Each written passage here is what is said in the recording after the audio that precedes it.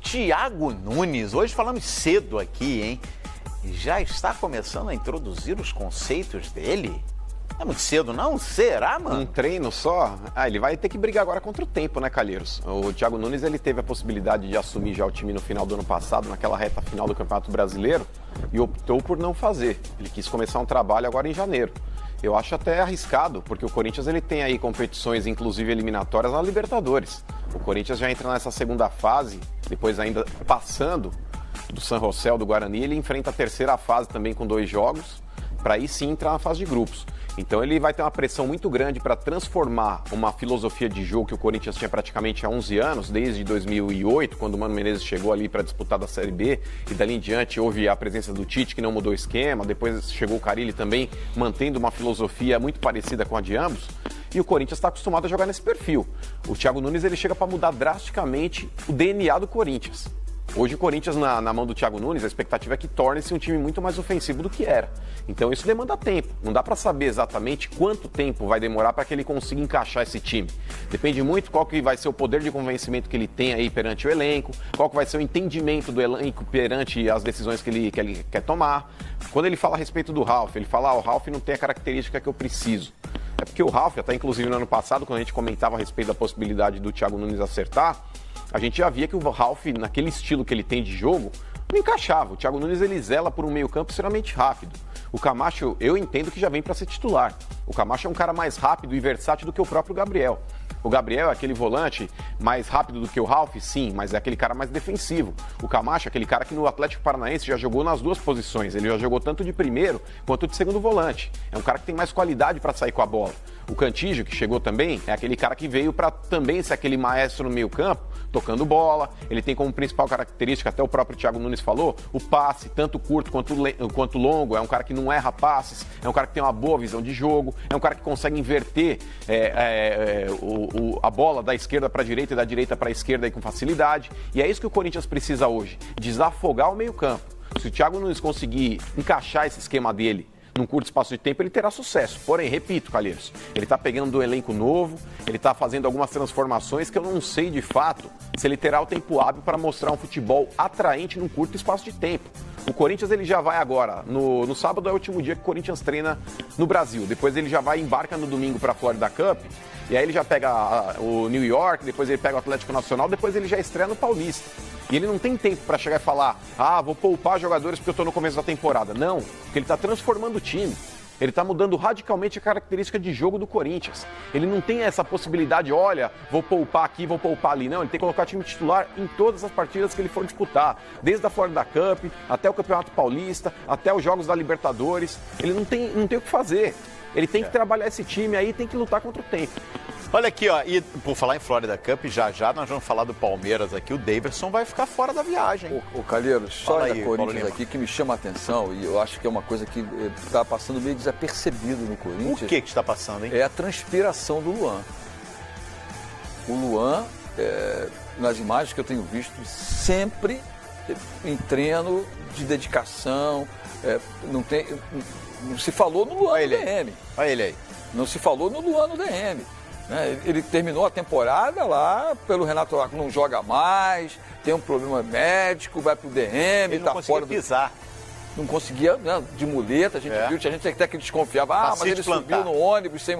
Gente, o cara é um profissional, então se tratou no final da temporada, o Grêmio fez a parte dele, cuidando do seu atleta, cuidando principalmente da pessoa, do ser humano Luan, e me chama a atenção, é um cara que precisa de dar uma fuçada na vida desse cidadão dentro do Corinthians, porque ele é a referência do Corinthians em 2020.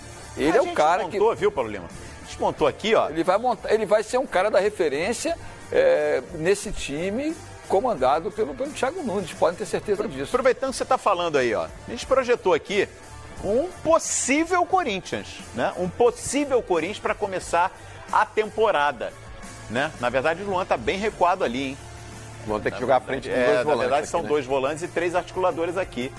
Se puder mudar aí, se puder refazer aí o campinho, vamos tirar, porque a gente vai falar justamente sobre essa função do Luan, né? Camacho, Cantilho e Matheus Vital e o Luan mais à frente. Eu não acho que o Vital vai jogar aberto também, não. Eu acho que ali quem briga pela posição aberta na esquerda pode ser o Janderson ou até o Everaldo. A minha aposta hoje, com base nos jogadores que terminaram a temporada passada.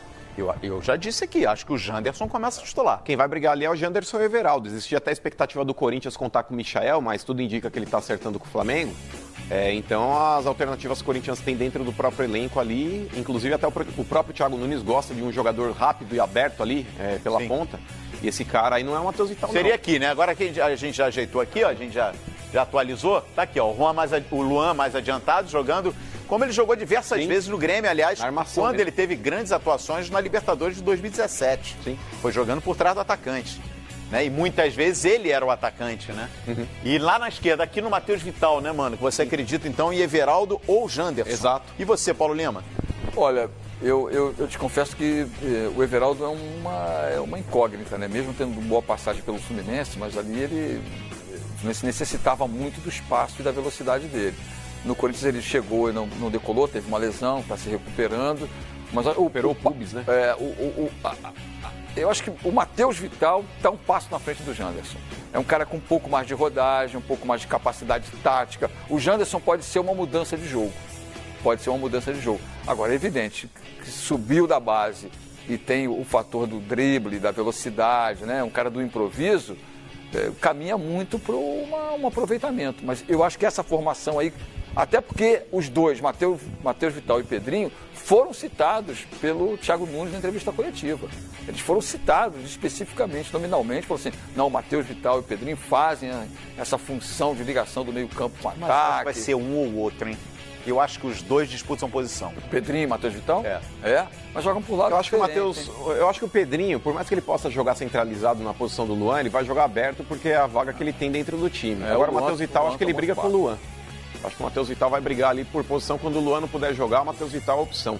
Agora, jogando aberto, se a gente pegar até o próprio time do Atlético Paranaense, naquela posição ali era o Rony que jogava, né, cara? Então, se você espelhar os times ali, o Thiago Nunes vai optar por ter uma velocidade do lado esquerdo.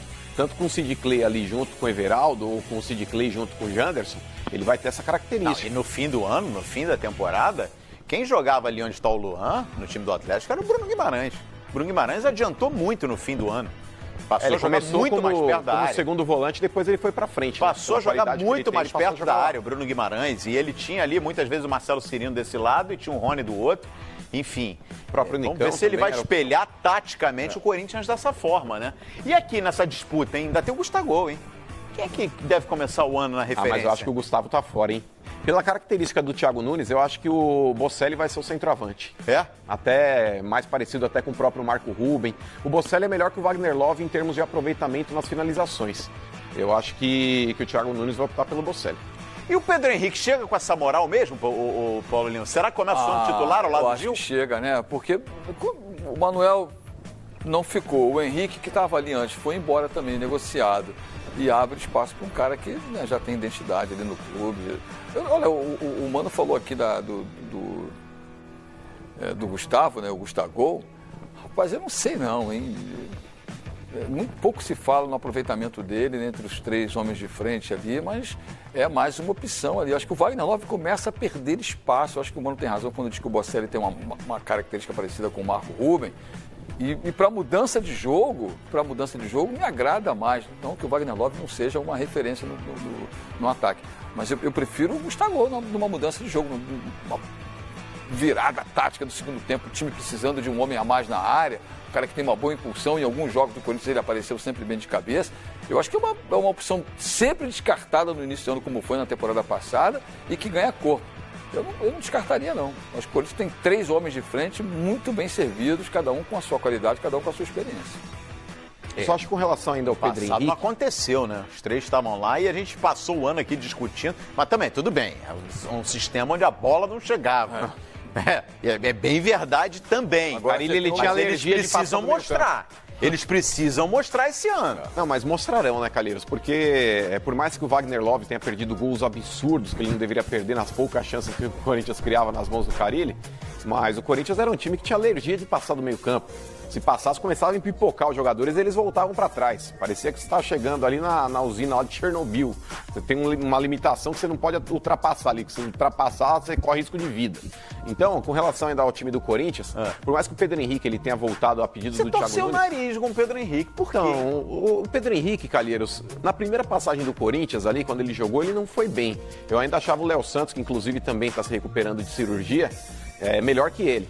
E dentro das opções que o Corinthians tem dentro do seu próprio elenco, tá na cara que é um outro jogador que passou por uma cirurgia também, talvez não tenha a condição física ideal agora no começo do ano, mas eu acho hoje o Bruno Mendes mais jogador do que o Pedro Henrique. Eu daria uma chance para o Bruno Mendes, é um zagueiro de seleção uruguaia, é um zagueiro promissor também, por mais que o Thiago Nunes aí tenha trabalhado com o Pedro Henrique aí no Atlético Paranaense, mas a minha primeira opção ali para jogar ao lado do Gil, no decorrer do ano, aí para a temporada toda, eu daria a chance aí para o Bruno Mendes. Interessante.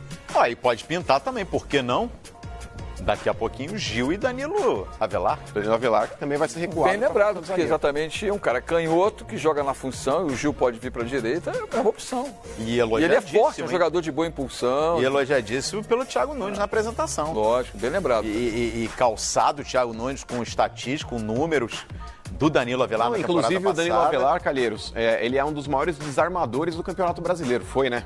Um dos maiores desarmadores do Campeonato Brasileiro. Sim. Jogando como lateral. Como zagueiro, ele pode ter até mesmo um bom aproveitamento em passes também.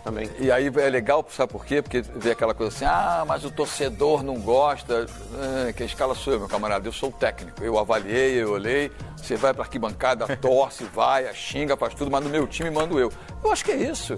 É a observação tática do cara que está aí chegando agora, está enxergando uma nova função para um cara que não tem a simpatia do fiel torcedor do Corinthians.